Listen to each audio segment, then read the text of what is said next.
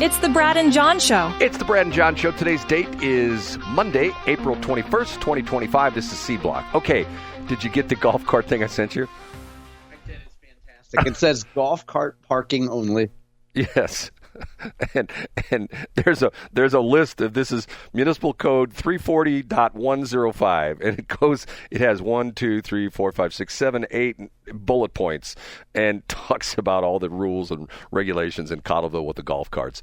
The thing that bothers me about it is if they stay just like in downtown Cottleville, that's one thing, but if you are familiar with that area, you see them up and down Mid-Rivers Mall Drive, and I'm thinking to myself, I would never be in a golf cart on Mid-Rivers Mall Drive.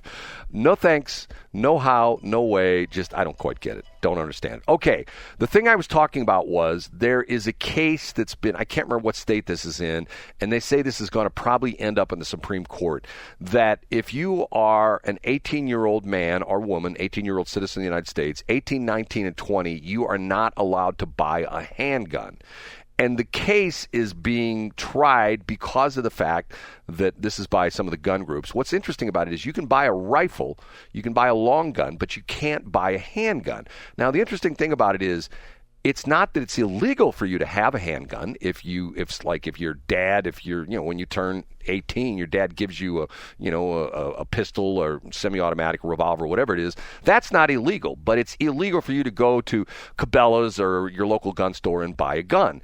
And the purpose of this lawsuit is they're essentially saying in all states you become an emancipated minor at 18, and now you could vote at 18. Why is there a rule that states you cannot exercise one of your constitutional rights, that being the Second Amendment right of buying a gun?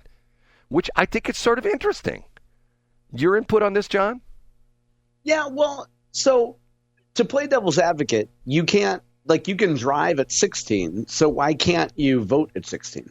Well, but the law says it has to be 18, and there are some people that say it should be 16. But I think it's arbitrary because, John, you know as well as I do, I know people who are, we're going to the Dr. Oz thing, well, not necessarily with the Real-Age thing. I know people who are 60 who mentally they're 20, and I know people for sure. And I know people who are 30 and mentally they're 100. You know what I'm saying? I get exactly what you're saying. So I guess the logic of the guy that you heard talking about it on the Patriot, the national guy, is that if you're old enough to vote, you're emancipated and you should be able to protect yourself via the Second Amendment. Well, and the idea being is essentially at 18, according to the fact that you can vote, that makes you a full-fledged American citizen. Up until the fact you're 18, essentially, you're still essentially under the control, under the supervision, or whatever you want to call it, of your parents, that you're still a juvenile. And, and that's one of the problems we're having with juvenile crime. These guys know, hey, it's no big deal. Once I turn 18, my juvie record goes away, that kind of stuff. But I think it's an interesting point that if you're going to essentially say, if you're an American citizen at 18 and you can vote, you should be able to exercise all rights. And once again, you can join the Army. You can, and the crazy thing about that is, think about someone who goes in the Army, and most of the training in the Army is with the long guns, the M4, the M14, or the M16, whatever. But there is training in handguns. My dad went through that. And depending upon what your specialty is, if you go like you're an MP or something like that, obviously you're going to be issued a sidearm and stuff like that. Why is it that in one hand you can't, have a gun or you can't buy one, but in other hand you can use one if you're in the Army? And I've never understood the age thing. I mean, to the point where, like I said before, there are people that I went to high school with that, I had a good friend of mine. I won't mention a name. I had a good friend of mine.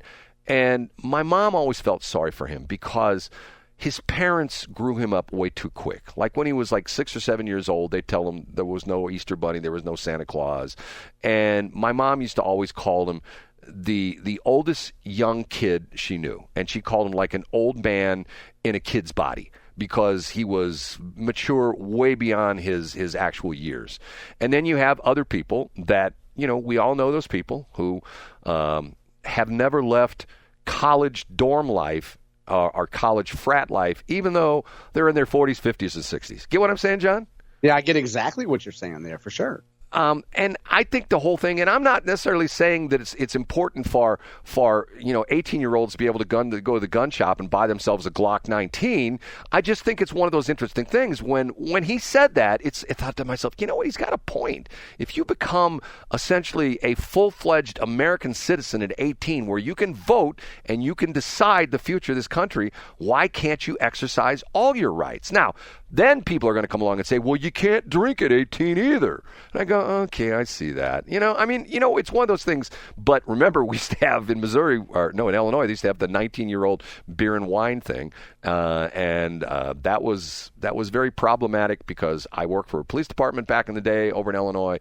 And Friday and Saturday nights were always terrible nights on the interstates going back and forth between Illinois and Missouri, because all the Missouri kids would come over to the east side and get drunk, and then they would drive back in Illinois or Missouri and get in accidents. There was a bar, a real famous bar in Edwardsville called Vanzo's, and you could not get into Vanzo's if you were on a Missouri ID. They would not let you in unless you were 21, because they didn't want the 18, 19, and 20-year-old kids, because those are the ones that were always causing problems. They were ones getting liquored up and starting fights and being obnoxious and stuff like that. But the 21-year-olds, they sure knew how to conduct themselves, right? They don't. Matter of fact, and I just looked it up. Brad, take a wild guess. When did the National Minimum Drinking Age Act begin? When did it become law? 85. Well, it was signed in 84, so maybe it didn't start till 85. It was signed into law in 84. Am I good or what? You're very good, Brad. You know those mid-80s, and your son was born in 84, right? Yes, my oldest son was born in 84. Yeah, and so he's now 41. God, that makes me feel so old. My youngest son is 41. But see what I'm saying? That's the kind of thing too. And that's the argument to what this guy was saying yesterday about being an 18, 19, 20-year-old be able to buy a handgun. Well, he is a full-fledged American citizen. He or she is a full-fledged American citizen at 80, because they can vote and are 18. They can vote and they can, determine the future of the country, but yet they can't drink at the local bar, which is, once again, why is that? And why do we have these arbitrary ages? Have you ever thought about that? Why is 16 the age when you can get your driver's license? Why is 21 the age when you can get a drink? Why is that? Yeah, why is 17 in Missouri an age when a girl can decide to do things? You know what I mean? John would know that. Well, no, I wouldn't say it's common knowledge. I mean, I'm working to lower the age of dispensary purchasing down to 12. I think, if you can do long division, I think you should be able to go get a few pre-rolls. You know what I mean? Because every time I drive on 364, Brad, all I see are these places that say I can get 3 for $10, and that involves division. So why not let kids just roll in there? It's an herb, Brad. It comes from the earth. Attorneys and dispensaries are now the biggest users of billboard advertising, at least in the St. Louis area. I haven't driven around for a while. I'm thinking to myself, okay, there's a spot on 70 right in front of the airport. If you're going, I think you're going eastbound, where every single billboard is an attorney billboard. Every single one. Of course it is. And Brad, I heard the other day, you mentioned last week that there are plural radio stations that are playing ads for dispensaries, and I heard one last week. Did you really? Can you tell me what station was it on? Yeah, it was on 100.7. It was on the Viper. Yeah, but I'm not going to say anything about, I've tried to be good about, that doesn't surprise me. But was it a full-blown dispensary? Was it one of the... Yeah, it was a straight-up come into the cannabis dispensary ad. And for folks who don't, they play some good rock. They play stuff that if you grew up, I'm projecting here, but if you're a Gen X guy and you grew up listening to The Point, they play a lot of music that you used to hear on The Point, and they're based out of Lake St. Louis, right, Brad? Yes. And I won't go any further than that. Okay. I will say I promote all my other radio stations, but man, I've had some run-ins with the guy who runs that place, but that's a whole other story. And once again, it's to the point where it's like, come on, guys, can't we? Hold on a minute. I have to stop for a minute. This is Brad. This is Brad saying to this guy, okay? I want to say, can we all get along? Can we get along? And he says, FN, and you can imagine what the N is, and you can imagine what the F is. Freak no. Right, yeah, freak no. Okay, one other thing before we get off the air, stuff we're talking about, and over the weekend, I was listening to NPR. and I was listening to my station as well, too, the station we're on right now. And let me push back the NPR thing for a minute, and I just should have brought this up first. The guys who do our afternoon show here on Westplex Talk, Mark Lee, Van Camp, and Robbins, and it's interesting because there are three different generations. One guy's a boomer, one guy's an X, and one guy's a millennial, whatever. I still don't understand all that kind of stuff. I still say that my numbering system for the generation should be better. They were talking about in California and in some states where they said that once the legalized marijuana thing hit, that it would pretty much wipe out the illegal sale of marijuana. And they're talking about how that has not been the case. And I know they're having serious problems in California. And the idea being is, and this is sort of the angle that the one guy used. He said, which would you rather have? Government-controlled marijuana are the stuff that the guy selling you that knows going to knock you on your butt.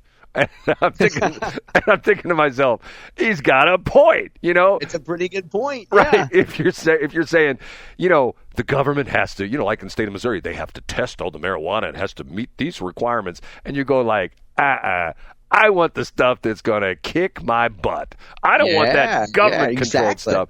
So they're saying that, at least in some states, the illegal marijuana sales have increased. Do you believe that? I mean, yeah, and I think the data bears that out. I don't have anything at my fingertips here, but I think that there are probably people out there that would find dispensary prices to be too high. And the other thing is, if you know that you're not going to get pulled over for smoking, you know that you don't have to hide it when you're in public, it doesn't really matter where you get it from. I guess. I mean, it's just sort of crazy stuff. Yeah, it's right. You don't have to. It's not like you have. It's not like you have to have bootleg cigarettes that have the tax stamp on the package or something like that. Yeah. So it probably really doesn't matter, you know. Okay. Final thing, John, explain to me. I don't understand what's happening with sports. I'm not a sports guy. You might know more about this than I do because you're a baseball guy. Why is it that I can't – if I wanted to watch a Cardinals game right now, I don't really know where to go anymore? And the reason I ask that is, are you familiar with – I keep seeing these ads online, the Cardinals FanDuel Sports Network. Okay, do you know about this? Yeah, I've heard of it, but I don't subscribe. And a few years ago, I would say it was like 5 years ago, I became completely befuddled, to your point, Brad, of how to actually watch a Cardinal game. So I'm of the era, even of 10 years ago, where you just put on Fox Sports Midwest and you watch a Cardinal game. And now you have to, you know, certain games are only on Apple TV. I don't know how you would go about watching a Cardinal game today. Well, see, I'm glad you said that because of the fact the same things happen in NFL football. There are some games that are, with this past year, we had one game that was only on Amazon or whatever. And I'm going like, okay, I get it that the streaming companies are trying to come in and get a piece of the action, but I think that, and this is me being an old-timey broadcaster, okay? If you want to watch Seinfeld back in the day, you knew it was on Thursday night, right? And you turned... Yeah, appointment television. Right. You turn your TV to Channel 5, and there was Seinfeld, right? And now it's to the point where with the sports, I keep seeing these ads. I'm thinking, okay, FanDuel Sports Network, okay, is there still... And there was the thing we had where the Fox Sports Network was sold off, and then it ended up with Diamond Sports and Bally Sports. Yeah. And does Bally Sports still exist? Is that still around? Yeah, I think it's still a thing, yeah. So tonight, I would assume there's a Cardinals game. If someone said to you, John, watch the Cardinals game, and I want you to give me the play-by-play of what happened, a recap of what happened in the sixth inning, your response would be, I don't know how to watch the Cardinals game tonight? I would go to ChatGPT and I would say, what happened in the sixth inning of the Cardinals game on April 21st, 2025? Because I would have no idea where to – if somebody asked me how to watch it, I would just tell them to Google it. Like once I couldn't watch Cardinal games on Fox Sports Midwest anymore, I can't tell – like I dropped off a cliff of viewership. To your point, Brad, it was just too hard. Like I'm not gonna get Fubo so that I can watch my favorite sports events. But see, the interesting part of this is, and you brought up an excellent point. We cut the cable, but yet I'm not a guy. I haven't had cable. I can't remember when the last time I had cable. Maybe 20, 30 years ago. And to the point where people laugh at me because to this day I do not own a television. I really do not own a television. I believe you. Everything I do on my phone. I probably watch stuff on my phone. That's pretty much it. And I'm a oxymoron, so to speak, because boomers, as you will refer to us, are supposed to be sitting there in front of a TV in our living room in our lazy boy with our clicker in our hand, and that ain't me. I'm if anything, I'm like a Gen Alpha or whatever the heck the ones are. It's true. You are on the cutting edge of that stuff. Where everything's on my phone. Okay. I think that this is doing a disservice to the sports. And I know it's all a money grab because of the fact that Amazon, you want to give us $100 million to run Thursday Night Football? Yes, here's you get it. It's yours. But I think it ultimately does a disservice to the fans because you said it exactly. Fox Sports Midwest, you turned on the TV, you're watching the Cardinals game. Now you don't do that anymore because you don't know where the hell it's at, right? You're exactly right. I used to have the game on every night, even if just as background. Now, granted, this is pre-kids and things like that. But to your point, Brad, you bring up a great point, which is that these companies are doing fans a disservice. And I think that could be true and irrelevant. Because I think if you're FanDuel, you're like, we don't need John Combest because John doesn't bet on sports. So we want somebody who's going to put on our network and be more inclined to, while they're watching the game, be like, hey, I feel good about the Cardinals getting at least 10 hits. I'm going to bet on that parlay in the middle of the game. So they don't need John Combest anymore. And if you're Major League Baseball, you're like, well, we're willing to write off John Combest because we're getting more money from the typical FanDuel user. You would think that Major League Baseball would be really scared about what's going on with the Savannah Bananas. Don't you think? Don't you think they? Yeah, and now, Brad, this is to your credit. I was on YouTube the other day for a moment, and I scrolled through, and it said live Savannah Bananas. Watch now, and I clicked on it, and now it's not my kind of thing. But if I had my offspring in the room at the time, they would have been mesmerized, and they would say, "When can we go see that?" Exactly. Because exactly, Brad. It's fun, it's not boring, and of course the baseball purists go, oh my God, this is blasphemy. Bob Costas would have an aneurysm. Right. Bob Costas at a Savannah Bananas game, and they would have to have the paramedics standing there with the paddles already charged up. Yes, we're ready. That's his version of Gitmo. If you want to punish Bob Costas, make him watch the opposing team do a little dance during a Savannah Bananas game. Right. And what's so interesting, the guy who runs it, what's his name? Jesse Cole, I think is his name. Something like that, yeah. He essentially says, look, we've taken what baseball should be entertaining and made it entertaining. You know what I mean? Which is sort of like, okay, what's wrong with this? Who would think that a 90-year-old man like you would enjoy Savannah Bananas? And I disagree, Brad. You are not an oxymoron. You could just take 3 letters off that word. I'm just a moron. Or you're just an oxymoron. Oh, okay. Say goodbye, John. See you tomorrow.